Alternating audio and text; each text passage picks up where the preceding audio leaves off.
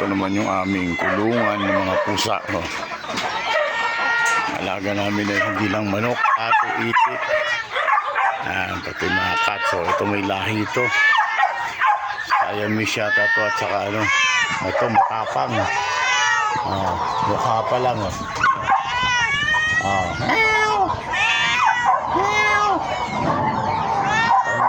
Napakatapang. Hindi pwedeng pakawalan. Kahit aso, bugbog dyan.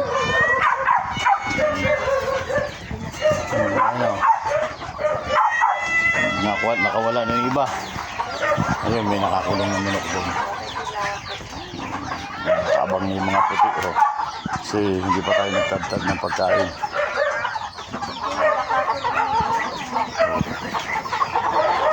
Ano yung mga anak ng pato? Buhay pa? Ay, bago lang yan, ma. Kasi yung bago dyan kahapon, nilagay ko kagad sa loob. Binalik namin. Ha? Hindi, pag binalik mo, pag nakatalon, may manok dyan na nantutok-tok. Nilagay ko sa loob kahapon na kasi binabantayan ng isang manok.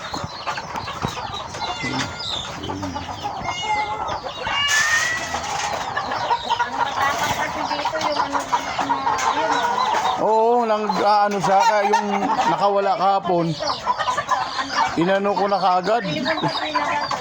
Pinasok ko sa loob. Ang daming anak mo. Hindi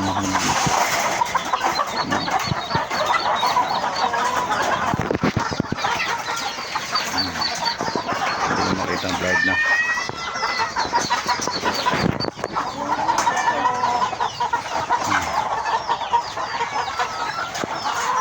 Gagawa na kayo mamaya, tatatanda ako ng pagkain.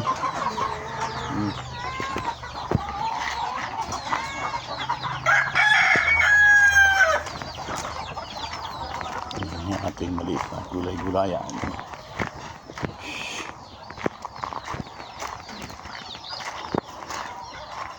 Okay.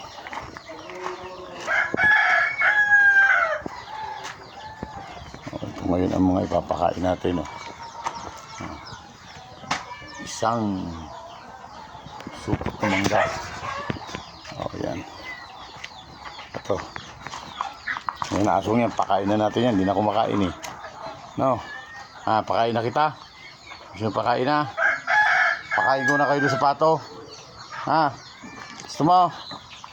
Ito Ito yung aming maliit na taniman. Okay ba?